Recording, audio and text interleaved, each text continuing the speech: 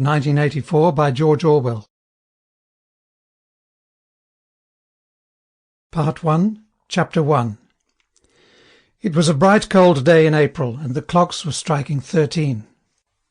Winston Smith, his chin nuzzled into his breast in an effort to escape the vile wind, slipped quickly through the glass doors of Victory Mansions, though not quickly enough to prevent a swirl of gritty dust from entering along with him. The hallway smelt of boiled cabbage and old rag mats. At one end of it a coloured poster, too large for indoor display, had been tacked to the wall. It depicted simply an enormous face, more than a metre wide. The face of a man about 45, with a heavy black moustache and ruggedly handsome features. Winston made for the stairs. It was no use trying the lift.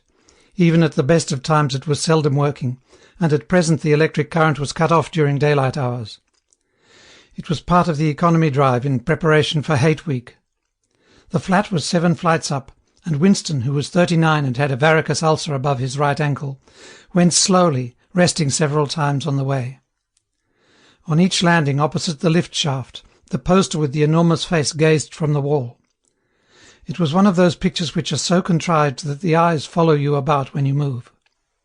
"Big Brother is watching you," the caption beneath it ran. Inside the flat a fruity voice was reading out a list of figures which had something to do with the production of pig iron. The voice came from an oblong metal plaque like a dulled mirror which formed part of the surface of the right-hand wall. Winston turned a switch and the voice sank somewhat, though the words were still distinguishable. The instrument, the telescreen it was called, could be dimmed, but there was no way of shutting it off completely. He moved over to the window. A smallish, frail figure, the meagreness of his body merely emphasized by the blue overalls which were the uniform of the party. His hair was very fair, his face naturally sanguine, his skin roughened by coarse soap and blunt razor blades and the cold of the winter that had just ended. Outside, even through the shut window-pane, the world looked cold. Down in the street little eddies of wind were whirling dust and torn paper into spirals, and though the sun was shining and the sky a harsh blue, there seemed to be no colour in anything, except the posters that were plastered everywhere. The black mustachioed face gazed down from every commanding corner.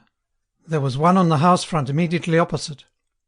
"Big Brother is watching you," the caption said, while the dark eyes looked deep into Winston's own. Down at street level another poster, torn at one corner, flapped fitfully in the wind, alternately covering and uncovering the single word "Ingsoc." In the far distance a helicopter skimmed down between the roofs, hovered for an instant like a bluebottle. Sample complete. Ready to continue?